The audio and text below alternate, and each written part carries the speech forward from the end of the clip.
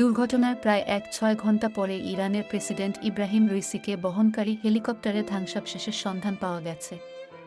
তবে president Raisi, দেশটির পররাষ্ট্রমন্ত্রী হোসেইন আমির আবদুল্লাহিজান ও পূর্ব আজারবাইজানের গভর্নর মালেক রহমাতি কেউই আর বেঁচে নেই বলে জানিয়েছেন দেশটির গণমাধ্যম। আন্তর্জাতিক সংবাদ মাধ্যমের খবরে বলা হয়েছে, দুর্ঘটনার পর ইরানের প্রেসিডেন্টকে বহনকারী হেলিকপ্টারটি একেবারেই পুড়ে শেষ হয়ে গেছে।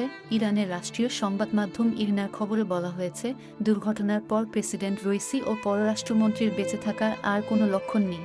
এর আগে রোববার ১ মে আজারবাইজানের সীমান্তবর্তী এলাকা জোলফায় দুর্ঘটনার কবলে পড়ে ইরানের প্রেসিডেন্ট ইব্রাহিম রইসিকে বহনকারী হেলিকপ্টার। ওই হেলিকপ্টারে প্রেসিডেন্টের সঙ্গে দেশটির পররাষ্ট্রমন্ত্রী, পূর্ব আজারবাইজানের গভর্নরও ছিলেন বলে জানা যায়। তারা ইরানের সীমান্তবর্তী আজারবাইজানে একটি জলাধার প্রকল্প উদ্বোধন করে ফিরছিলেন তারা। পথে পূর্ব আজারবাইজানের জোলফা এলাকার কাছে দুর্গম পাহাড়ে প্রেসিডেন্টকে বহনকারী হেলিকপ্টারটি বিধ্বস্ত হয়। অন্য দুটি হেলিকপ্টার নিরাপদে গন্তব্যে পৌঁছায়।